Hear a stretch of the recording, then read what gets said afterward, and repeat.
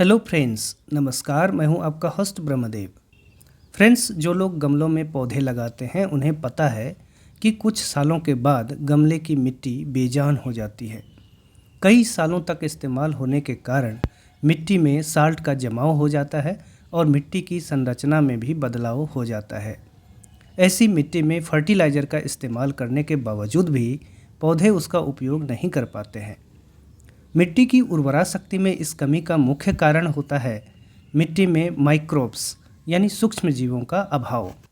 आपको मालूम होगा कि एक चम्मच स्वस्थ मिट्टी में लगभग 1 अरब बैक्टीरिया होने चाहिए, लेकिन सिंथेटिक फर्टिलाइज़र के निरंतर प्रयोग से मिट्टी में साल्ट की मात्रा बढ़ जाती है और उसी वजह से लाभदायक सूक्ष्म जीवों की मात्रा में कमी देखने को मिलती है, जो अंततः मिट्टी के बेजान होने का कारण बनता है।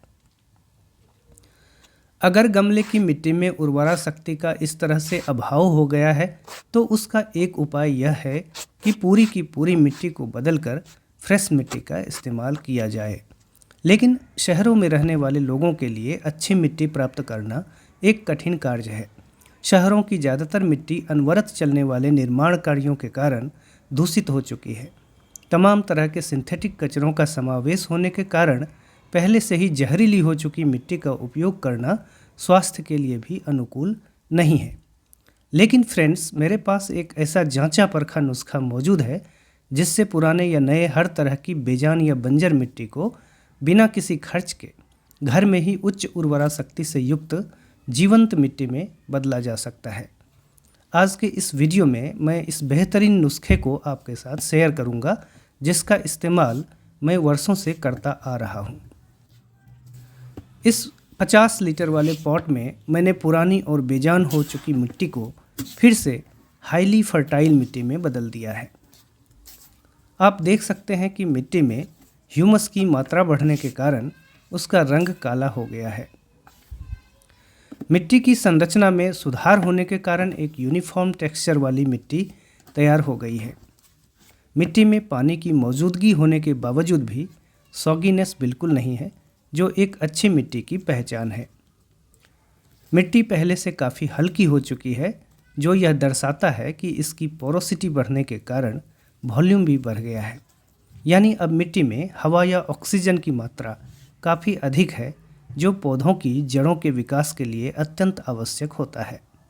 मिट्टी की उर्वरा शक्ति यानी फर्टिलिटी अब इतनी अधिक हो चुकी है कि इसमें फ़िलहाल बिना किसी फर्टिलाइज़र के इस्तेमाल के भी पौधों की ग्रोथ ज़बरदस्त होगी। फ्रेंड्स, अब आपकी दिलचस्पी यह जानने में ज़्यादा हो गई होगी कि बेजान मिट्टी को इस तरह के फर्टाइल मिट्टी में बदलने के लिए आपको क्या करना होगा। तो आइए अब इसी के बारे में बात करते हैं। मैंने आपको पहले ही बताया कि इस काम के लिए एक भी पैसा खर्च करने की ज़रूरत नहीं पड़ेगी, बल्कि जो मुख्य सामान इस काम के लिए चाहिए वह हर रोज़ हम सब के घर में उपलब्ध रहता है और जिसे हम लोग कचरा समझकर फेंक देते हैं। आप समझ गए होंगे कि यह चीज़ कुछ और नहीं बल्कि किचन वेस्ट है। जी हाँ, किचन वेस्ट ऐसी चीज़ है जो हर घर में हर रोज़ उपलब्ध होता रहता है।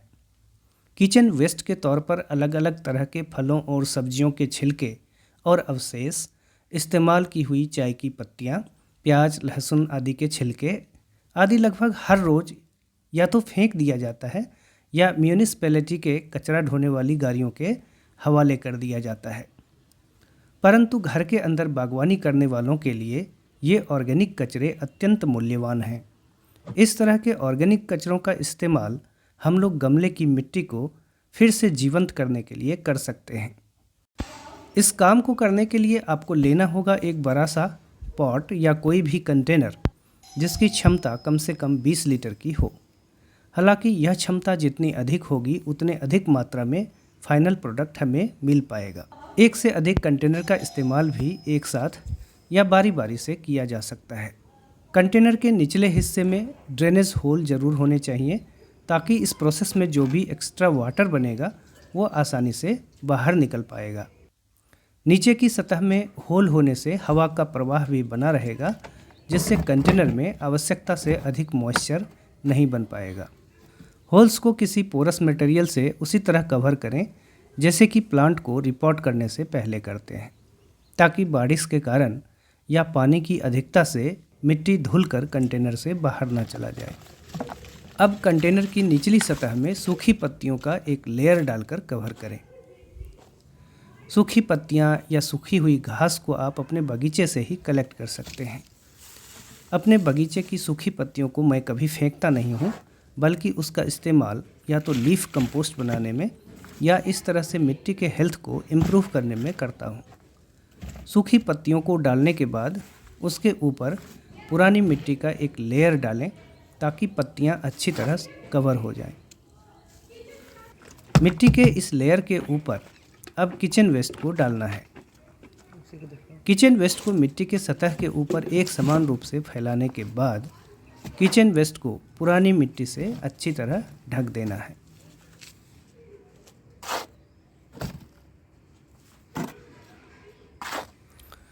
इस प्रक्रिया को आप डेली दोहरा सकते हैं अगर आपके घर में अधिक मात्रा में किचन वेस्ट तैयार होता हो तो।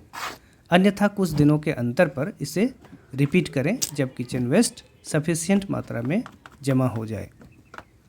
वैसे तो इस प्रोसेस में फलों और सब्जियों आदि के अवशेष के अलावा बचे खुचे भोजन के अवशेष को भी शामिल किया जा सकता है, लेकिन ऐसे भोजन के अवशेष को मिलाने से बचना चाहिए जिनमें नमक का इस्तेमाल किया गया हो।